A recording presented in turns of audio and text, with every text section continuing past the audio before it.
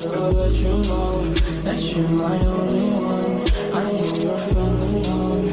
I fuck you till you come. Said I don't understand. 107.7 MHz VOB FM, suara mahasiswa. Hai Sobat VOB, Assalamualaikum warahmatullahi wabarakatuh. Kembali lagi dengan aku Nevanda. Kali ini di program kesayangan kita, Podcast Sapa Mahasiswa. Jangan lupa untuk kalian semua Sobat VOB tetap jaga kesehatan, stay healthy ya. Oke, kali ini kita kedatangan tamu podcast yang ini dari Bang Hamdi Birida. Oke, Bang Hamdi, silakan. Ya, bismillah. Assalamualaikum warahmatullahi wabarakatuh. Waalaikumsalam. Saya Hamdi Birida, saya selaku Ketua Umum HIMI Komisi Pertanian Cabang Tarakan periode 2020-2021 periode kemarin. Oh, Ini itu saja kenalan dari saya. oke. Jadi mungkin kita tanya-tanya kabar dulu nih. Kabarnya gimana? Alhamdulillah lagi kurang sehat, lagi musimnya kali ya. Iya, lagi musim sakit memang. Mungkin lagi pas kena gilirannya gitu. Iya. Kebetulan saya juga lagi demam. Mungkin nanti lain kali untuk kedepannya abang juga lebih jaga kesehatannya ya. Oke, bang manggilnya apa nih? Bang Hamdi aja. Hamdi. Ya. Jangan dong. Jadi Bang Hamdi. ayo. Bang Hamdi ya. Oke, Bang Hamdi, kesibukannya akhir-akhir ini apa nih? Mungkin untuk akhir-akhir ini karena saya lagi sibuk ngurus untuk persiapan skripsi juga, sembari juga lagi ngurus organisasi sambil. Oh, produktif ya. Skripsinya masih aman atau gimana? Aman sih ngurus skripsi ya, Aduh. walaupun banyak coretan-coretan ya. Nah, iya. itu yang jadi masalah sebenarnya. Gitu. Karena ini juga ya, namanya mahasiswa ya, pasti mungkin ada masalah di kehidupan pribadinya Ya, juga. biasalah hal-hal Ya. seperti itu kan yang memang mungkin biasa dalam kehidupan itu pasti terjadi. Kira-kira masih sempat nggak tuh mikir pasangan gitu atau apa? Pastinya lah kalau untuk pasangan, karena kalau katanya Pirsa Besar kan kita juga butuh support system gitu, untuk membantu kita, menyupport kita sebagaimana. Oh, anak senja ya bunda ya? Enggak juga. Enggak. Enggak. Kan Pirsa Bersari kan identik dengan Indi. Kan tadi abang juga mungkin berkecimpung di organisasi. Kehidupan sehari-harinya ini gimana nih? Maksudnya masih aman, terkendali atau? Kalau kehidupan ya biasa seperti yang teman-teman jalannya itu kita jalan. Ngopi masih sering, terus juga Nongki-nongki. nonton drama Korea. Oh, juga? Ya Aduh. bisa lah. Sering Bisa lah, ya? sering. Oke. Ngomongin tentang organisasi nih, kita kan lagi bahas tentang peran organisasi eksternal sebagai wadah pengembangan diri. Dalam hal ini organisasi HMI sebagai abang, sebagai perwakilan ya dari HMI. Jadi, nah cara kita mengembangkan diri di organisasi itu mungkin menurut abang susah atau gampang sih? Kalau ditanya susah atau gampang, sebenarnya tergantung lagi kembali sama individunya, ya kan? Dan di organisasi satu hal yang sebenarnya harus memang kita jalani, yaitu proses. Sesulit-sulitnya, semudah-mudahnya, proses itu yang memang harus kita jalani. Kalau memang diri kita mau berkembang, itu sih kalau dari saya. Soalnya kan ini banyak spekulasi kayak yang bilang mahasiswa kupu-kupu kuliah pulang gitu kan. Manfaat dari berorganisasi itu menurut abang apa sih? Kalau saya ditanya manfaat berorganisasi ya banyak hal yang sudah, kalau untuk diri saya secara individu banyak hal. Saya bisa dapat banyak pengalaman, saya bisa dapat banyak cerita, saya bisa dapat banyak ilmu yang mungkin yang tidak saya dapatkan di perkuliahan. Dan terlebih lagi pasti ada bonusnya lah kalau kita masuk organisasi. Contohnya seperti teman dekat, terus juga pasangan. Pasti kita tidak menutup kemungkinan ya. Nah, kita tidak menutup kemungkinan pasti akan ada hal-hal seperti itu. Gitu. Kalau di organisasi HM itu lebih ke arah apa itu ranahnya? Kalau untuk saya pribadi sih saya lebih ke arah perkaderan ya. Kadang-kadang contohnya seperti contohnya keilmuan, saya lebih senang lebih ke ilmuwan sih, seperti kajian-kajian materi dibandingkan dengan politik. Saya rasa begitu kalau untuk diri saya sendiri. Proses abang dalam pengembangan diri di organisasi HMI tersebut mungkin banyak hambatan juga kali ya? Pastinya. Contohnya? Bicara sejarah lagi ya. Kayak sejarah. Kalau saya dari berhemi itu dari 2018. Hemi? Ya. HMI. Ya. Berhemi itu 2018 sampai saat ini. Nah, jadi untuk cukup lama ya? Alhamdulillah. Panjang lah prosesnya. Ya.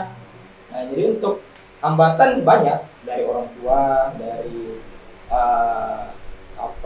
dari teman mungkin ada yang kayak yang awalnya nih kita dekat nih, terus lama-lama setelah saya masuk dalam organisasi ini, nah, kok dia makin menjauh.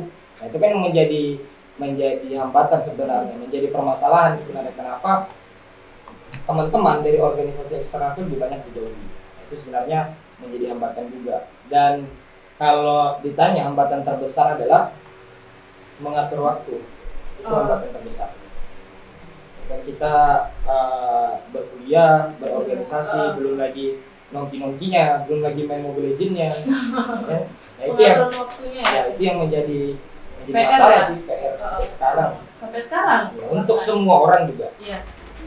Kan dalam berorganisasi itu namanya masalah wajar lah ya, ada perselisihan wajar. Nah, banyak nih spekulasi, pertanyaan-pertanyaan dari teman-teman, mengapa anggota HMI itu, bahkan kader-kadernya itu yang tidak aktif atau yang keluar itu dianggap atau disebut pengkhianat gitu. Ini mungkin ini perlu diklarifikasi ya sebenarnya. Ini perlu diklarifikasi. Ini pertanyaan paling banyak nih Bang dari khalayak. Ya, memang ini perlu diklarifikasi. Sebenarnya HMI itu tidak pernah menganggap ada yang namanya pengkhianat. Ya kan? HMI juga tidak pernah mengatakan bahwa ketika seseorang itu tidak senang dengan HMI atau dia lebih memilih keluar dari organisasi HMI, maka ya kami menganggap atau saya sebagai pribadi menganggap bahwa dia memang tidak mau untuk melanjutkan prosesnya lebih panjang, tidak ingin berkarir lebih panjang begitu. Mungkin itu yang ada dalam pemikiran saya. Dan juga selain pengkhianat itu maksudnya yang tidak aktif atau yang disebut pengkhianat. Ya, kalau untuk masalah pengkhianatan itu mungkin ada oknum-oknum tertentu ya. Saya tidak bisa mengatakan bahwa HMI itu tidak mengatakan itu. HMI tidak pernah mengatakan itu, tapi mungkin ada oknum-oknum tertentu yang mengatakan bahwa ketika kau keluar HMI, sudah kau pengkhianat. Atau kau belok ke organisasi lain, maka kau sudah dicap pengkhianat. Namun kan kita pasti tahu tidak akan ada asap kalau tidak ada api. Nah, jadi mungkin abang tahu nih sejarahnya kenapa bisa muncul spekulasi seperti itu? Ya mungkin anggapan orang-orang yang mungkin memunculkan spekulasi itu. Ya kalau dikatakan ada sebab pasti ada akibat. Iya. Nah, kan kita mau tahu dulu nih penyebabnya nih siapa, kapan, di mana, oleh siapa. Kan gitu. Nah, makanya harus kita cek dulu nih kebenarannya. Benar nggak dia dikatakan pengkhianat? Siapa yang katakan? Di mana, kapan, dan bagaimana dia mengatakannya? Kan harus seperti itu. Artinya kalau saya pribadi sih mengatakan mungkin mereka terlalu merasa bersalah ya atas keluarnya mereka dari organisasi, sehingga mereka mungkin ada yang menganggap dirinya sendiri bahwa aku keluarnya artinya aku dianggap pengkhianat nih. Artinya kan itu sebagai anggapan mereka sendiri, bukan dari organisasi itu sendiri.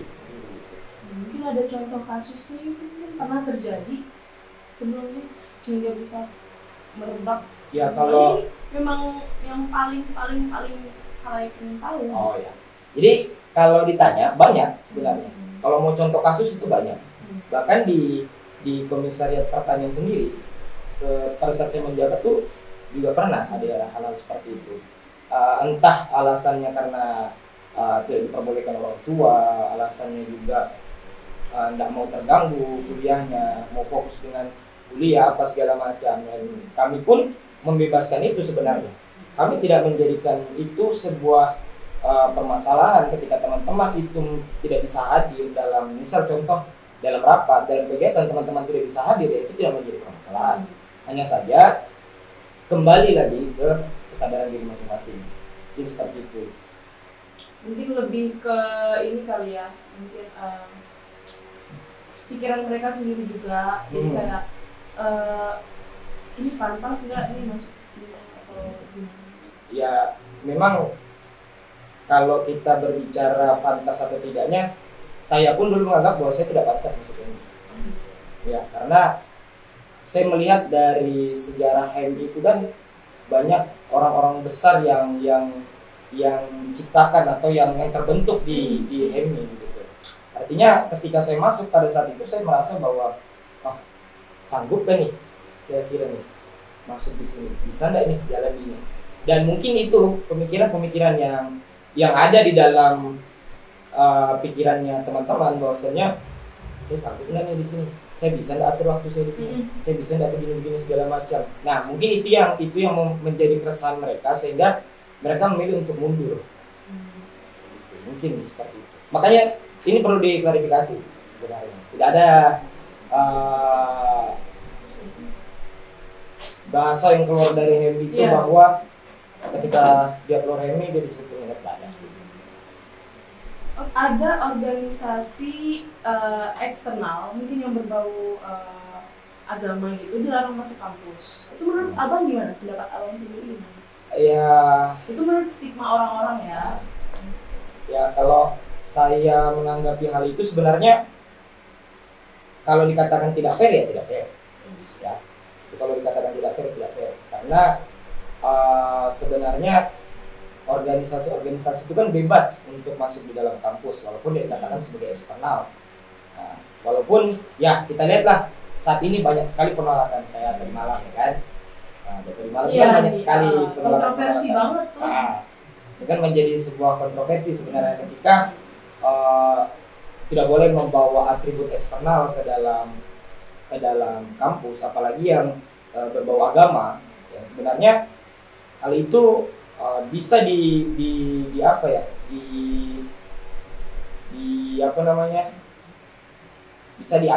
ya kan, bisa diredam hal-hal yang seperti itu sebenarnya, tinggal bagaimana kita menerima itu. Dan saya rasa juga di dalam diri seorang mahasiswa itu kan pasti ada Pancasila. Dan saya beranggapan besar bahwa Bhinneka Tunggal Ika itu ada di mana-mana, berbeda-beda tetapi tetap satu. Artinya ketika kita sudah tuntas dengan Pancasila, Bhinneka Tunggal Ika, maka perbedaan-perbedaan itu akan menyatu dengan sendirinya. Saya rasa seperti itu. Masih terkait dengan ini nih, terkait juga dengan tema kita hari ini, pengembangan diri di HMI itu arahnya kemana ya? Itu ke arah ranah agama kah, ke politika atau ke? Ya, jadi kalau ini sejarah lagi ya, kita bahas sejarah lagi nih, panjang nih. Nggak apa-apa. Bisa 2 hari nih mau dibahas nih. Jadi kalau ditanya ranahnya HMI ini kemana? Jadi kalau untuk pengembangan di HMI itu kan kita berasaskan Islam, artinya lebih ke keagamaan, bersifat keagamaan. Tetapi tidak menutup kemungkinan juga kita membawa atau kita membuat kegiatan-kegiatan, kita membuat kajian-kajian itu yang bersifat universal. Itu juga termasuk karena kita berada di dalam negara yang memiliki ideologi Pancasila. Artinya kita tidak boleh hanya sekedar agama, kita tidak bisa juga hanya sekedar politik begitu. Harus kita seimbangkan bagaimana. Nah, dia ini seperti itu. Tapi untuk fokus utamanya itu agama. Tetap kita juga berada dalam ranah politik untuk sesekali berada juga di dalam agama, tapi lebih seringnya ke agama. Tapi tetap ke ranah ke politik juga. Iya, ada sesekali. Oh, sesekali. Oke, mengenai organisasi kan setiap organisasi pasti ada pemimpinnya nih. Dan apalagi HMI, saya dengar ketuanya ada 2 ya? Iya, ada. Nah, 2. Kenapa bisa 2 gitu kan? Setiap organisasi pasti ada 1 pemimpin. Kok ini bisa 2 gitu? Ya itulah warna-warni dalam HMI. Oh gitu. Ya, jadi kan HMI ini kan ada 2 warna, hijau hitam. Oh gitu. Yang satu hijau, yang satu hitam. Nah, gitu dia. Jadi abang lebih prefer ke hijau atau ke hitam nih? Putih lah, putih. Loh.